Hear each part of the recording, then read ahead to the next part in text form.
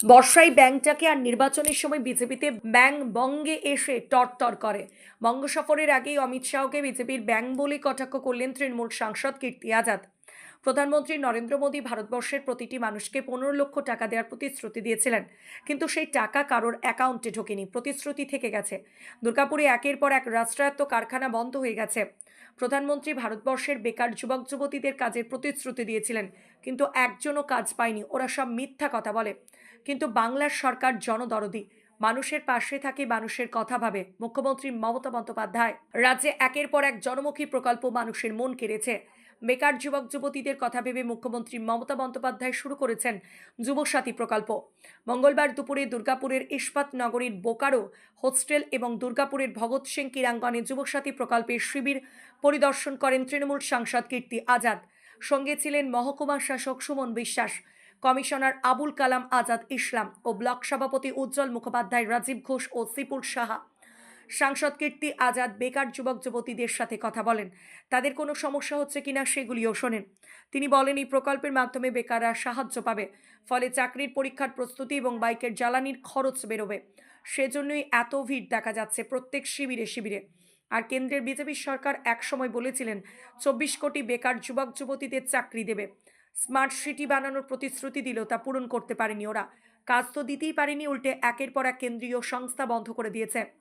আর ভোটের সময় ওরা বাংলায় আসে। ভোটের সময় নরেন্দ্র মোদী দাড়ি রেখে নিজেকে রবীন্দ্রনাথ ঠাকুর ভাবে, আর অমিত শাহ বর্ষার ব্যাঙের মতো বাংলায় আসেন।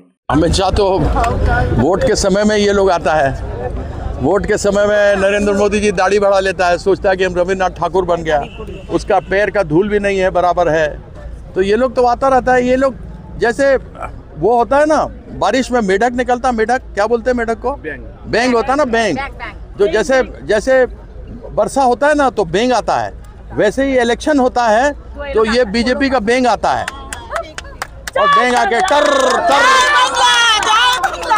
और आएगा और बैंक की तरह टर टर करेगा यहाँ पर आके। हम ये करेगा अब की बार 205 और सेंचुरी नहीं हो पाता है। तो ये लोग बैंग है, बैंग। जैसे बरसाती बैंग होता है, बरसात में बैंग आता है, वैसे इलेक्शन में बीजेपी का बैंग आता है, और वो लोग टर टर टर करता है और जाके चला जाता है। 7 निर्वाचन कमीशन 7 आधिकारिक को कमीशन निर्वाचन किया है, क्या बोलिएगा? एक कहावत है जिसको बोलते हैं मरता क्या न करता। इलेक्शन कमीशन अपना तरफ से पूरा प्रयास किया कि किसी तरीके से नरेंद्र मोदी को और अमित शाह को और बीजेपी को फ़ायदा दे दो, क्योंकि वो बीजेपी है इलेक्शन कमीशन। तो हमारा लीडर वहाँ पर गया।